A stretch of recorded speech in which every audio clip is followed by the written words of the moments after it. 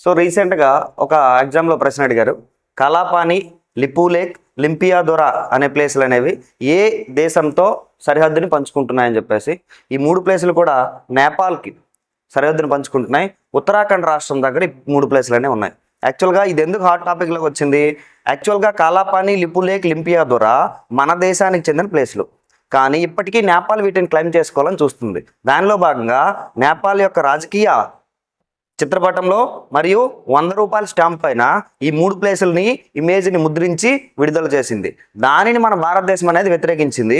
ఉత్తరాఖండ్కి, నేపాల్కి మధ్య దగ్గర ఈ 3 ప్లేసులు అనేవి ఉన్నాయి. కాలాపాని, లిపులేక్, లింపియాదొరా ఈ 3 చోట్లే కాకుండా ఇంకో ప్లేస్ గురించి కూడా నేపాల్కి మనకి మధ్య కాన్ఫ్లిక్ట్ అనేది నడుస్తుంది.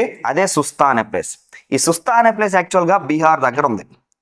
ఇది కూడాను నేపాల్కి మధ్య కాన్ఫ్లిక్ట్ అనేది నడుస్తుంది మనకి మధ్య. అయితే వీటి వెనక మనకు తెలియని విషయం ఏంటంటే చైనా వెనకుండి హస్తం అనేది నడిపిస్తుంది అనేది మనకు తెలిసిందే.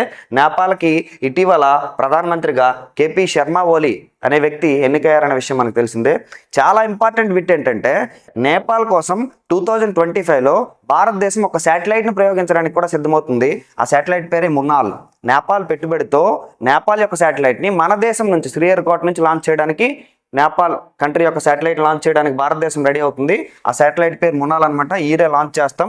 ఇంత కాన్ఫ్లిక్ట్ నడిచినప్పటికి కూడా ఇంటర్నేషనల్ రిలేషన్స్లో మనం శాటిలైట్ పంపించడం అనేది భారతదేశానికి గర్వించదగ్గ విషయం.